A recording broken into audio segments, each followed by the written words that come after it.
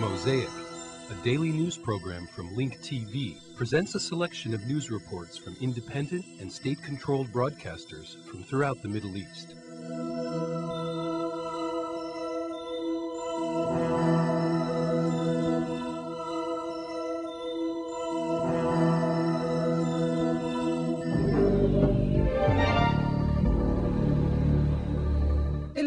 In Iraq, 2 bodyguards for the Iraqi Minister of Interior were killed and 2 others were injured by a roadside bomb that targeted the minister's motorcade in Baghdad. However, the minister was not in a motorcade. Moreover, 2 Iraqi soldiers and 8 others were injured by an explosive device that went off as a police patrol passed by in the Adel Khatun area in northern Baghdad. In the city of Fallujah, 2 civilians were killed and 3 others were injured by an explosion from a car bomb. Dozens were killed and injured, and blood continues to be shed on a daily basis in different areas of Iraq. In the neighborhood of Khan Bisara in northern Baghdad, an explosive device targeted the motorcade of the Minister of Interior, Bayan Jaber. The explosion killed 2 of his bodyguards and injured others, as well as destroying military vehicles. However, the minister was not in the motorcade. A source indicated that the car carrying the minister had left the ministry building to refuel when the explosion went off. Sunnis accused the Ministry of Interior of covering up for a team of assassins that work within the ministry and target Sunni areas. The explosion hit the car in the middle and spread to other cars. We brought fire extinguishers to put out the fire, but the gasoline burned from within. In the city of Fallujah, west of Baghdad, a car bomb exploded, killing 4 civilians and injuring 3 others, including 2 children. In the city of Basra, in southern Iraq, an explosive device went off in one of the storage areas at the headquarters of an oil company in the south, lightly injuring 1 worker there. God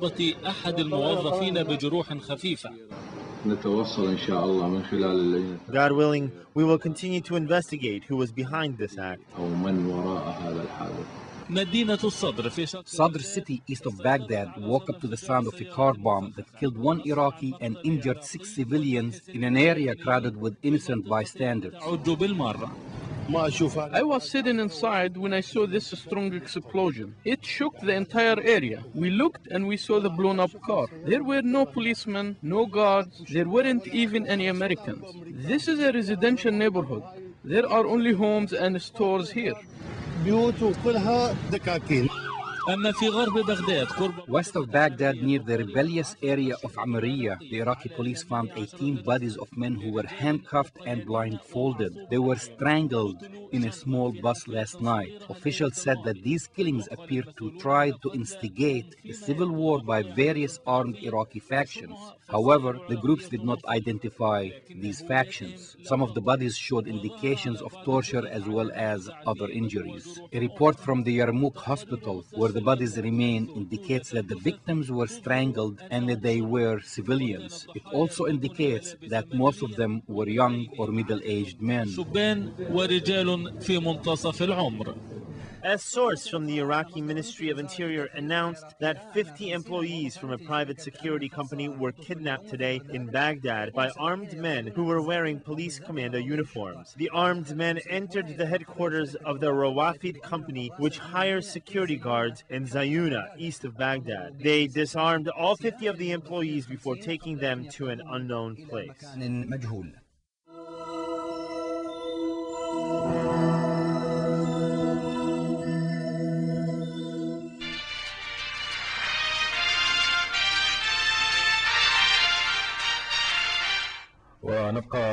Today, Sudanese citizens held a march of great anger to express their rejection to all kinds of foreign interventions and demanding that the international community let Sudan solve its own problems.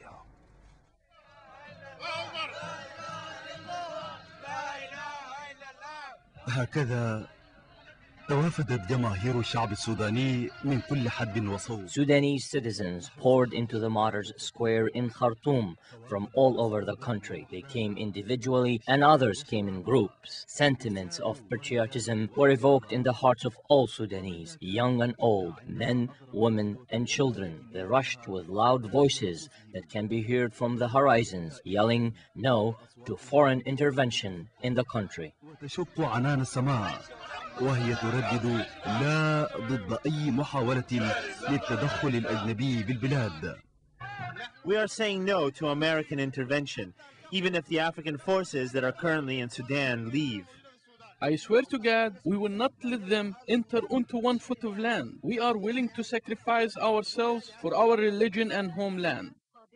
We are capable of solving our own problems by ourselves. We do not need foreign intervention. This is a Zionist plan to enter our country. The Martyrs Square is a large and spacious area, but today it wasn't able to accommodate all these Sudanese masses. People from all walks of life came to the square when they learned about the conspiracies and plots being hatched under the sun in order to tear their country apart and divide its people. We strongly reject all kinds of foreign intervention which aims at destabilizing the country's security. The people of the land of the Quran in Darfur have vowed that they will not let their land become the gateway through which their country can be attacked. The peace that was achieved in the south was the fruits of a long struggle and dialogue between the same people, and the same process is unfolding in the Darfur peace negotiations in Abuja. We want to solve our problem by ourselves. We do not want anyone from the outside to interfere. We do not believe that foreign intervention will work. The West has been eyeing Sudan's resources for a very long time, which explains why they have tried many times, using many different ways and justifications, to intervene in its internal affairs. Their motive is not for the love of the Sudanese people. Their objective is not to make the Sudanese happier. Rather, Western countries want to serve their own special interests. The voices of our people shall be heard very loud. They refuse to let Sudan become another Iraq.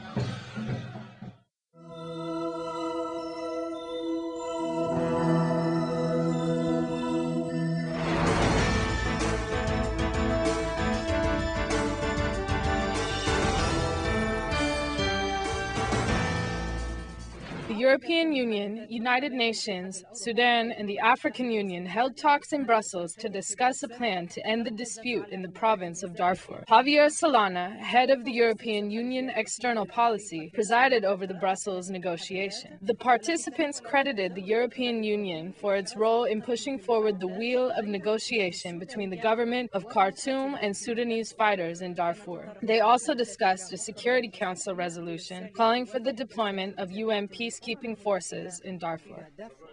In the Sudanese capital, Khartoum, a number of demonstrations and military maneuvers were held, protesting the Security Council decision to deploy UN peacekeeping forces in Darfur, which will replace the African Union forces. In the meantime, the Sudanese Defense Minister vowed that Darfur will be a gravesite for the invaders. Darfur will be a cemetery for the invaders. These were the words of the Sudanese President Omar al-Bashir. He reiterated his government's position regarding a Western plan to deploy United Nations peacekeeping forces in Darfur, which will replace the African Union forces. Khartoum has expressed anger and outrage over the plan. Massive demonstrations and military exercises were held in the Sudanese capital, Khartoum. The Popular Defense Forces, one of the battalion divisions of the Sudanese army, rejected international interference in Darfur. They also vowed to fight the invaders without first seeking approval from the Sudanese government. The leadership of the Popular Forces staged a number of training camps in order to recruit nearly 1 million soldiers. God willing, we are ready to defend Islam and Sudan. Any American foreigner or Western traitor or Western trader who thinks of coming over here, he will be buried here, God willing. In a fiery speech before an angry crowd, the Sudanese defense minister vowed that what he called collaborating forces will not be deployed in Darfur. He received what he called the vow of death from soldiers of the Popular Defense Forces. The soldiers, who wore masks and red bandanas, held banners denouncing the the plan of deploying UN forces in Darfur. The Sudanese government also rejected such a plan. Darfur will be the grave site for the invaders. Those who want to die, let them come here. You will not find money in Sudan, but you will meet death here.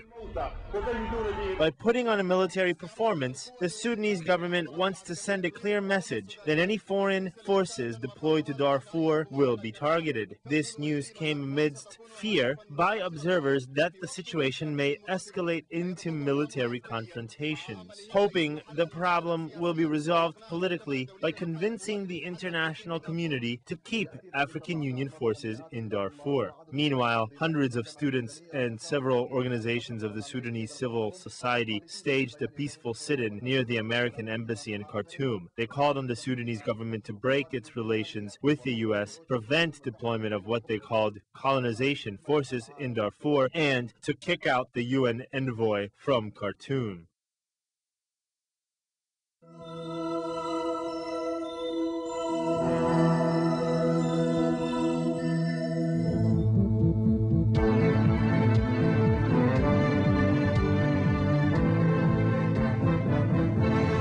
President Mahmoud Ahmadinejad says Iran has at its disposal numerous potential and resources which should be employed to the optimum use.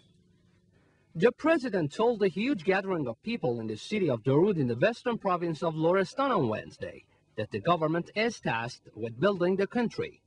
Referring to the international developments and the key role played by Iran in the region, Ahmadinejad reiterated that Tehran will not be satisfied with less than possession of nuclear know-how as it has acted within the framework of the NPT.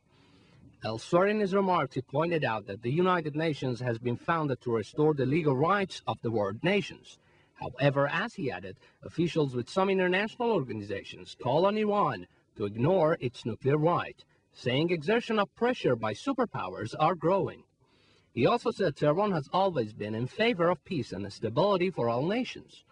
Earlier in the day, President Ahmadinejad said in the provincial township of Ali Gudars that the West makes a big mistake if it uses the language of threat to stop Iran's progress.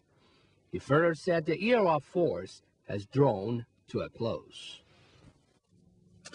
A three-day session of the UN nuclear watchdog drew to a close on Wednesday. A report on Iran by the Director General of the International Atomic Energy Agency was examined by the 35-member Governors Board following the meeting. IAEA Chief Mohammed al-Baradhi said a political settlement of the Iran nuclear cases is still possible and called on all parties to lower the rhetoric. He went on to say the Security Council was an extension of diplomatic efforts and its primary responsibility is peaceful settlement of the case. Meanwhile, Iran's representative to the IAEA, Ali Asghar Soltaniyeh, said Tehran keeps the doors open for negotiations to resolve the issue, adding more time is needed for this effort to bear fruit. He also said the case is still in the IAEA and will be dealt with in the upcoming gathering of the UN nuclear watchdog slated for June. He further noted the 35-member board has called on the IAEA chief to present a progress report on Iran in its upcoming session. Earlier in the day, Iran's chief envoy to the IAEA meeting, Javad Vaidi, elaborated on Tehran's stances on the issue. In this stage, we are trying to avoid confrontation. But on the other hand, the United States may have the power to cause harm and pain. But it's also susceptible to harm and pain. So if the United States wishes to choose that path, let the ball roll. First of all, we do not want to confront with anybody, and in this context, we will not to use the oil, but we have to. In other situations, we will have to review the situation, adopt our policy, and adjust our approach to conform to the new situation. Iran says the IAEA is on a test field to protect its dignity. Foreign Ministry spokesman Hamid Reza Safi said after a parliament session Wednesday that Washington is making efforts to undermine international organizations to propel its policy. He also said talks are underway between Iran and the non-allied movement, which supports the Islamic Republic. He further referred to the IAEA confirmation of Tehran's non-deviation from the peaceful track in its nuclear drive and said Iran, meanwhile, has to answer repetitive questions raised by the UN nuclear watchdog. Safi noted in a politicized environment created by the U.S., expert work is next to impossible.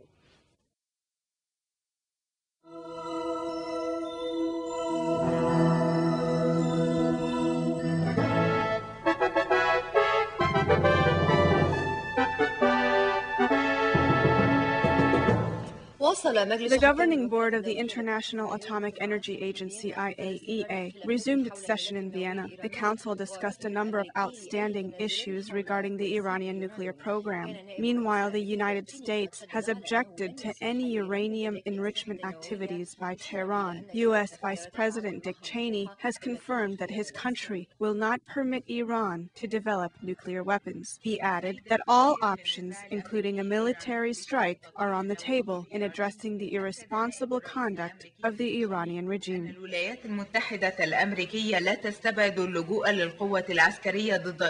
Amidst a state of escalation in the Iranian-American dispute regarding Tehran's nuclear ambitions, U.S. Vice President Dick Cheney has confirmed that Washington will resort to the use of force against Iran if deemed necessary. He added that Iran is not allowed to develop or possess nuclear weapons. In order to spare his country a confrontation with the U.S., the Russian Foreign Minister Sergei Lavrov denied that Moscow has signed an agreement with Tehran, allowing the latter to enrich uranium on a small scale and on Russian soil. In a joint conference with U.S. Secretary of State Condoleezza Rice, Mr. Lavrov announced that they will discuss the Iranian nuclear issue in lieu of the findings of the IAEA, confirming that the file will be transferred to the UN Security Council. This news came as the governing board of the IAEA resumed its session in Vienna. The Council has discussed a number of outstanding issues regarding the Iranian nuclear program in light of the new development in the Iranian-Russian negotiations. The board decided to transfer the Iranian nuclear files to the UN Security Council last February. The Iranian Foreign Minister spokesman Hamid Reza Safi refuted U.S. claims that Tehran is trying to develop nuclear weapons. He criticized Washington and accused it of trying to derail talks between Tehran, Moscow, and the IAEA. In another development, the European Union Troika continues to rally support against Iran's nuclear program. British Prime Minister Tony Blair urged Tehran to meet obligations and comply with the Non-Proliferation Treaty. France also called on Iran to cease completely all its nuclear activities,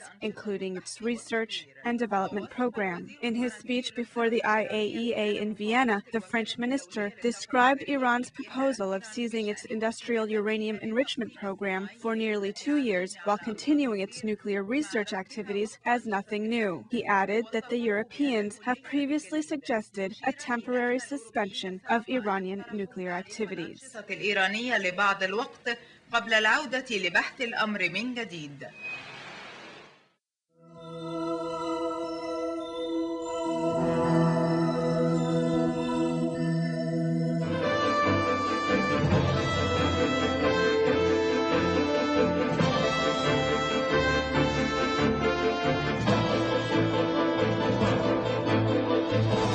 The impending clash between Iran and the West gained momentum today. The American and European delegation to the International Atomic Energy Agency, meeting in Vienna, has recommended that the UN Security Council act against Iran for its refusal to freeze uranium enrichment.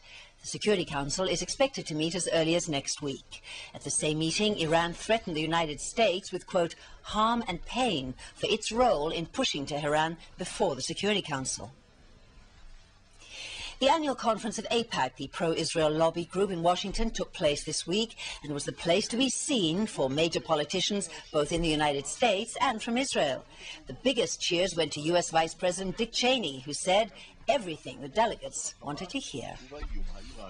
We will not allow Iran to have a nuclear weapon. We will not abandon our commitment to the security of our friends and allies. Israel can count on the United States of America. The United States will not be a party to the establishment of a Palestinian state that sponsors terror and violence. And I'm not going to talk to you about elections and about campaigns. These will leave for the Israeli scene. These complicated times require decisive action. Freedom will win, tyranny will lose. Thank you. Defense Minister Shaul Mofaz says if Hamas accepts the conditions laid down by Israel, the US and Europe, it could become a viable negotiating partner. Mofaz made that comment during a brief visit to Germany today, where he took part in a state ceremony commemorating the deportation of the Jews of Berlin in World War II. Mofaz was joined by his German counterpart, Franz Josef Jung. The ceremony took place on Platform 17 at the Grunwald Suburban Railroad Station. It was from this spot that over 50,000 Jews were deported to the Eastern European concentration camps during the Holocaust between 1941 and 45.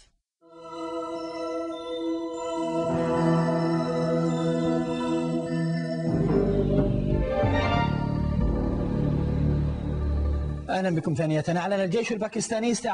Pakistani army announced that it has recaptured the tribal town of Marin Shah along the Afghani borders. Sounds of gunfire and periodic clashes can still be heard in the area. According to a Pakistani official, the battles that have been going on since last Saturday claimed the lives of 120 Islamic activists and only 5 Pakistani soldiers. These battles have erupted while President Bush was on his visit to Pakistan, where he declared that Pakistan still has a lot of work ahead of it in fighting terrorism.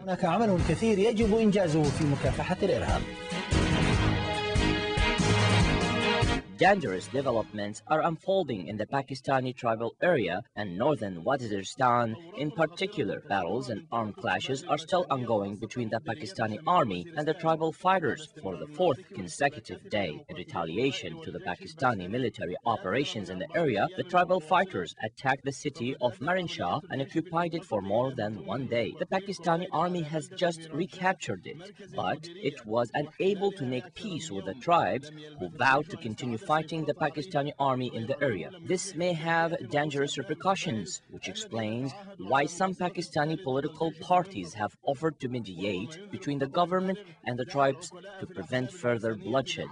What we can do is prevent the army from conducting more military operations and talk with those who oppose the presence of the army in the tribal area. We are also offering to mediate between the two sides because this might be the most important thing to do at this time. The events that are happening there are escalating the crisis. More and more people are joining the tribal fighters against the government. As more civilians are killed, revenge sentiment gets stronger and deeper amongst the tribes. More people will join the tribal fighters as a way to extract revenge from the government, and the rebellion will grow.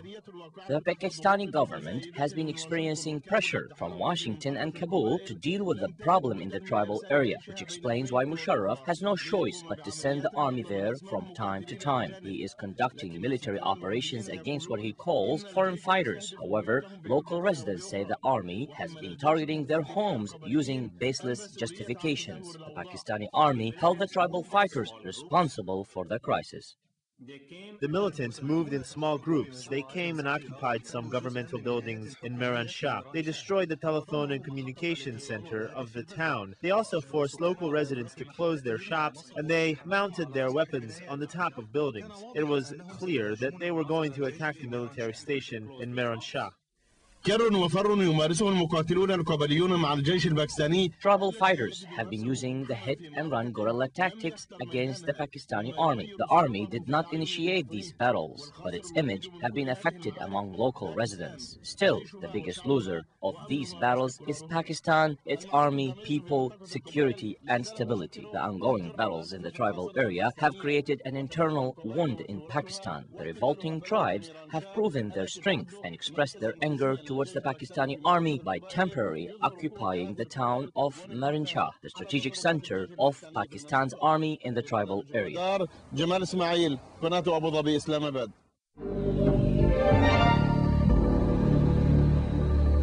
Kuwait's Minister of Energy, Ahmed Al-Fahad Al-Ahmad Al-Sabah, has confirmed that his country discovered a reserve field of natural gas. This field is the first of its kind, and it will give Kuwait, which is one of the largest oil exporting countries in the world, a competitive advantage. This new discovery will add to the wealth of the country, and it will help it find an alternative source of energy besides oil. The United States has called on less dependency on oil from the Arabian Gulf. Discovering large quantities of natural gas in Kuwait will lead to an increase in competition amongst the largest gas exporting countries of the region, especially Qatar. الكويت التي ينظر إليها الغرب الصناعي على أنها نفط في نفط بجلوسها على عشر احتياطي النفط. Kuwait, which is perceived by industrialized Western nations as a oil-rich country, has embarked on a new discovery and thus entered the global gas market. It is getting ready to become a natural gas producer. Kuwait has discovered large quantities of natural gas for the first time. وجدنا ولله الحمد وهذه لأول مرة في الكويت كميات. Thank God we have discovered gas in Kuwait for the first time in large quantities. According to preliminary studies, 35 trillion cubic feet of natural gas have been discovered. 35 تريليون قدم مكعب. دخول الكويت عالم الغاز من الباب الكبير صار ممكنا باكتشاف أكبر الاحتياطات في حقل النقة بمياه شمال الكويت غير بعيد عن العراق الذي احتلها عام 90. By making such a discovery at its largest offshore Al-Nika reserve field north of Kuwait City and near the Iraqi border, Kuwait has entered the global gas market. Iraq has invaded Kuwait in 1990 because it believed that Kuwait was stealing its oil. Kuwait is a wealthy nation due to oil production and returns on foreign investments. This new discovery will add to its wealth and will boost its capital surplus even higher. What is important to Kuwait is that this recent discovery will spare it from depending on neighboring countries including Iraq, Iran, and Qatar for natural gas. Kuwait needs gas to operate and run electric energy facilities, water purification factories, and petrochemical industries. In fact, Kuwait was working with Qatar on a project to extend a gas pipeline between the two countries, passing through Saudi Arabia. However, the project did not work out because of a border dispute between Qatar and Saudi Arabia. Kuwait will now bail out of preliminary contracts signed with Iraq and Iran to import 200 million cubic feet of gas a day and 300 million cubic feet a day, respectively. Kuwait will not be burdened if it spends billions of dollars by building the infrastructure, pipelines, and refinery facilities necessary to pump and process the natural gas. However, Kuwait will require outside expertise and technical know-how because it lacks the skills and knowledge in the production of gas. الخبرات الخارجية بسبب افتقارها إلى الخبرة في مجال استثمار الغاز. أمر من شأنه أن يسيل لعاب الشركات الغربية المتغلغلة أصلا في صناعة إنتاج النفط في الكويت كما في باقي دول الخليج. ويعارض النواب الإسلاميون في مجلس الأمة الكويتي جلب الشركات الغربية. مع ذلك ستسعى الولايات. Western companies which are already involved in operations of oil drilling and production in Kuwait and other Gulf countries will be eager to act upon such a deal. Meanwhile, Kuwaiti religious parliament members have objected against including Western companies. American companies are expected to get a piece of the pie. Having said that, Kuwait is expected to sign a contract with the United States allowing it to supply Washington with natural gas. In his State of the Union address last month, U.S. President George Bush called for less dependency on oil from the Gulf states. Kuwait will not have problems finding new markets for its natural gas. Many countries such as China, Japan, India, and South Korea consume natural gas, and they currently buy it from Oman and Qatar. Kuwait, Qatar, and Oman are all members of the Gulf Cooperation Council. This will cause competition to soar among those Gulf states whose stock and real estate markets are thriving. القطاع العقاري دليلا مثل ما هي دليل على تنامي الثروة.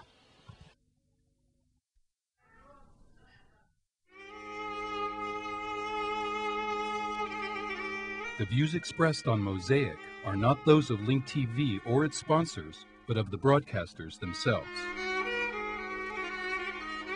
Mosaic is made possible by a grant from the John S. and James L. Knight Foundation, which promotes journalism excellence worldwide and invests in the vitality of 26 U.S. communities, and the William and Flora Hewlett Foundation. Additional support is provided by the Firedoll Foundation and Henry and Virgilia Dakin.